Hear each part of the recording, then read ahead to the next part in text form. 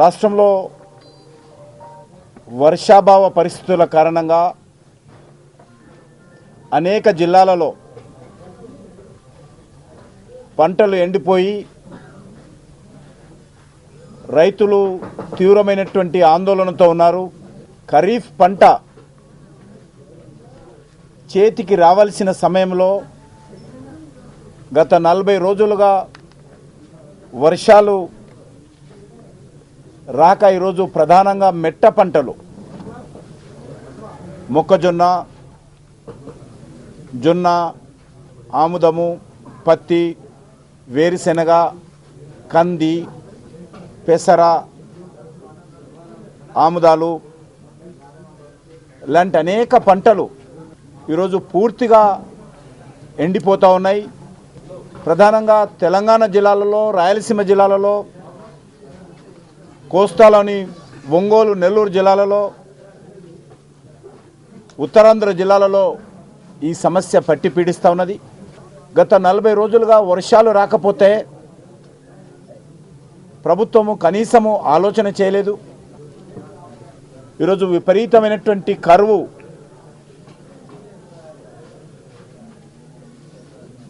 అనేక గ్రామాలలో ఏర్పడి పంటలు పూర్తిగా ఎండిపోతూ ఉన్నాయి.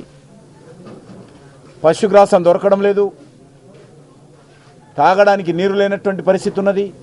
సుమారు 350 మండలాలలో రాష్ట్రంలో కరువు విలయతాండవం చేస్తూ ఉంటే ప్రభుత్వానికి చీమ కుట్టినట్టయినా లేదు. అనేక రోజులుగా మనకు తెలుసు, కరువు ఏర్పడినప్పుడు కరువు ప్రాంతాల బాధిత ప్రజలను ఆదుకోవడం కోసము ప్రభుత్వము కరువు ప్రాంతాలుగా ప్రకటించి అనేకమైనటువంటి సౌకర్యాలు ఏర్పాటు చేసేటువంటి బాధ్యత రాష్ట్ర ప్రభుత్వం పైన ఉన్నది. కరువుకు తోడు ఇటీవల రాష్ట్ర ప్రభుత్వం యొక్క చేతకానితనం కారణంగా, రాష్ట్ర ప్రభుత్వం యొక్క కుటిల నీతి కారణంగా ఈరోజు విద్యుత్తు కూడా ఎప్పుడు వస్తుందో ఎప్పుడు పోతుందో ఎవరికి తెలియనటువంటి పరిస్థితి. దినమంతా లెక్క పెడితే 2-3 గంటలకు మించి విద్యుత్ ఈరోజు రైతులకు అందడం లేదు, గ్రామీణ ప్రాంతాలకు అందడం లేదు. గత ఖరీఫ్ సీజన్కు ఈ సీజన్కు చూసినట్లయితే 6 సార్లు ఎరువుల ధరలు పెంచారు. 400 రూపాయలు ఉన్నటువంటి ఎరువుల బస్తా ఈరోజు 1000 రూపాయలు అయింది. రైతుల యొక్క పెట్టుబడి పెరుగుతున్నది, కానీ రాబడి తగ్గుతున్నది. రైతుల ఖర్చు పెరుగుతున్నది, గిట్టుబాటు ధర అందడం లేదు.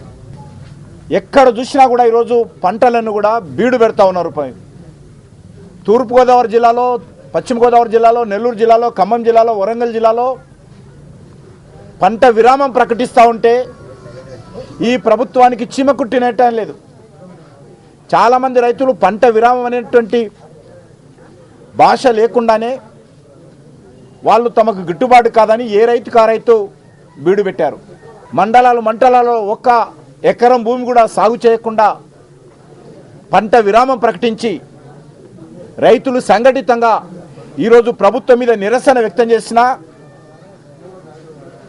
ముఖ్యమంత్రి గారికి, ప్రధానమంత్రి గారికి చీమ కుట్టినట్టయినా లేదు. కరువు ప్రాంతంలో తాగునీరు, సాగునీరు అందించడం కోసము మహబూబ్నగర్ జిల్లా నుంచి లక్షలాది మంది వలస వేస్తున్నటువంటి కార్మికులకు ఉపాధి కల్పించడం కోసము మేము ఈ సాగునీటి ప్రాజెక్టులు కడుతున్నామని చెప్పారు. సాగునీటి ప్రాజెక్టులు త్రిశంకు స్వర్గంలో ఉన్నాయి. 75% ఖర్చు పెట్టారు, కమిషన్లు తీసుకున్నారు. కానీ రైతులకు కానీ, మహబూబ్నగర్ జిల్లా ప్రజలకు కానీ, రాష్ట్ర రైతులకు కానీ ఒరిగిందేమీ లేదు ఇంతవరకు. ఈరోజు మహబూబ్నగర్ జిల్లా కరువు జిల్లాగా ఉంది. కరువు జిల్లాతో పాటు మహబూబ్నగర్ జిల్లా పెండింగ్ ప్రాజెక్టుల జిల్లాగా మారిపోయింది. ఈరోజు ప్రభుత్వము కరువు బాధిత ప్రాంతాలుగా గుర్తించిన తర్వాత కూడా మేము ముఖ్యమంత్రి గారు ఉంటాడో ఉడతాడో తెలియదు, ముఖ్యమంత్రి గారు ఉంటే ఆయనను త్వరలోనే స్వయంగా బీజేపీ ప్రతినిధి బృందం కలిసి కరువు బాధిత ప్రాంతాలకు సంబంధించినటువంటి సమస్యను మేము రాష్ట్ర ప్రభుత్వం దృష్టికి తీసుకెళ్తాము. అదేవిధంగా కేంద్ర ప్రభుత్వం దృష్టికి కూడా బీజేపీ జాతీయ నాయకత్వం ద్వారా కరువు బాధిత ప్రాంతాలకు సంబంధించినటువంటి సమస్యను కేంద్ర ప్రభుత్వానికి ప్రధానమంత్రి దృష్టికి కూడా భారతీయ జనతా పార్టీ కేంద్ర నాయకత్వం తీసుకెళ్తుందని ఈ సందర్భంగా మనం చేస్తాం.